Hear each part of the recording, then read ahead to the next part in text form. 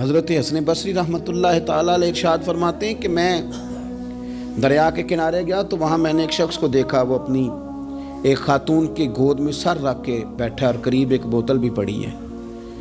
تو میرے دل میں معاذ اللہ خیال آیا کہ دیکھو کس انداز میں ایک عورت کے ساتھ یہ ہے اور پاس بوتل بھی پڑی ہے، جانے شراب ہے۔ کہتے میں سوچ ہی رہا تھا کہ اچانک ایک کشتی آ رہی تھی دریا میں، وہ ہج کو لے کھائے، کشتی میں 4-5 لوگ تھے، وہ دریا میں ڈوبنے لگے۔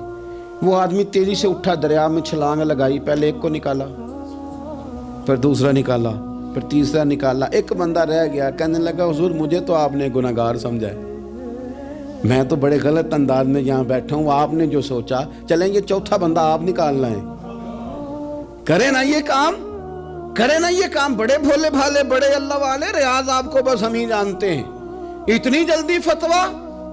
حضرت حسن بصری فرماتے ہیں میں پشیمان ہوا، میں نے کہا مجھے تیرنا نہیں آتا، تو دیر نہ کر، چوتھا ڈوب نہ جائے۔ پھر اس نے چھلانگ لگائی، چوتھا بھی نکال لایا اور کہنے لگا حضرت آپ نے جلدی کی سوچنے میں، یہ بی بی میری ماں ہے اور یہ سرکے کی بوتل ہے۔ ہم ماں بیٹے کا یہ مشغلہ ہے کہ یہ وہ جگہ ہے جہاں آ کے لوگ مسافر اترتے ہیں، اور یہاں سے کسی کا گھر 100 میل ہے، کسی کا 200 میل ہے۔ ہم صبح سرکہ، کھجوریں، روٹیاں لے کے یہاں آتے ہیں، مسافروں کی نوکری کرتے ہیں، کوئی پریشان ہو تو مدد کرتے ہیں۔ حضرت خواجہ حسن بصری فرماتے ہیں میں نے معافی مانگی، ان سے بھی مانگی، رب سے بھی مانگی۔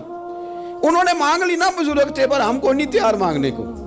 ہم ہر وقت بدگمانیاں، وہ فلانا فلانے جرم کرتا تھا، میں اسے اب کیسے نیک مان لوں؟ بھئی اب وہ نمازی ہے، خدا کے گھر آتا جاتا ہے، اب اللہ کی بارگاہ میں حاضر ہوتا ہے۔ جب رب نے معاف کر دیا تو بھی سوچ بدل جا۔